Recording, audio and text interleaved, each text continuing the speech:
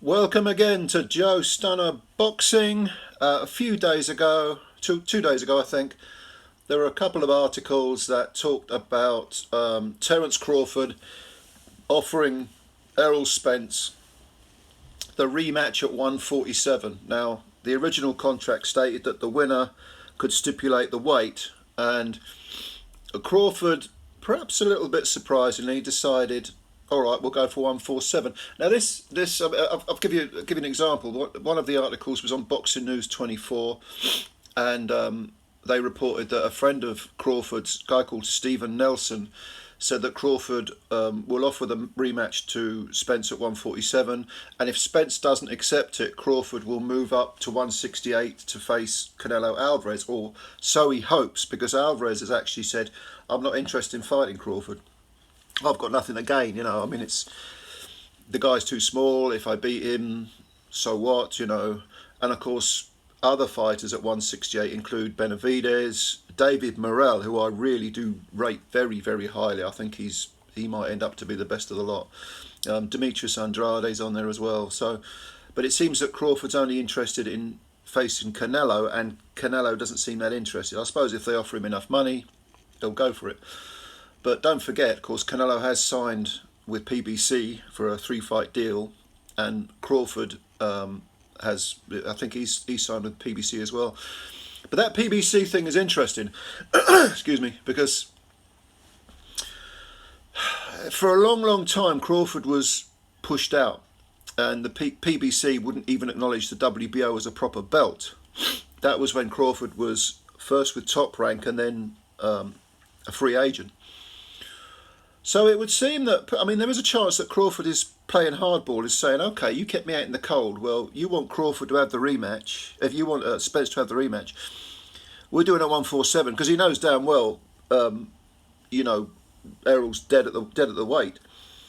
And don't forget, after the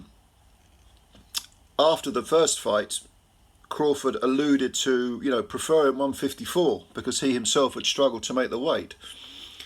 So it is quite interesting that he's said, all right, 147. I'm sure he can make 147. Possibly Errol can again. They'll have to if he wants the rematch. But Errol, I would imagine, would be diminished again. And of course, we all know what happened in the first fight. It was, in my opinion, surprisingly one-sided. And it was one of the great performances that I've seen in my lifetime, actually, from Crawford. I thought he was absolutely perfect. I couldn't really fault him in any respect whatsoever in any area of the game. But it might be that he's decided, okay, I'm king of the castle now. We do things my way, and it's his way of making a statement. Of course, if Errol, I think the 147 thing could be a blessing in disguise for Errol, because it gives him that sort of get out of jail free card. He can now say, well, I just can't make 147 anymore. I'm completely dead at the weight. I'll fight you at 154. And that will give him an excuse to sort of walk away with his reputation intact. Because it doesn't look like a duck. He can say, well, I can't make 147 anymore. I'm going up to 154. And therefore he can avoid the rematch, and he can start, picking through the bones of the 154 titles. Jamel Charlo is going to fight Canelo, and will he come back to 154 and defend all those titles? If they go up in the air, Spence is a shoo-in to fight for a vacant title, and he can start rebuilding his reputation. To me, his reputation hasn't been sullied that much, because even though he got beaten up and stopped by Crawford, there's no shame in losing to Crawford. Crawford is a terrific fighter, great fighter. So it could be a blessing in disguise for Errol, for him to say, okay, I just can't. I'll have the rematch at 154. And you never know, if he picks up a few belts, or belt or two, maybe they can, further down the line, Bud can fight him. Although Bud, of course, at the age he is, pushing 36, even though he's a very well-preserved 36, and he certainly didn't look like his age when he fought Errol the first time, maybe they can fight later on.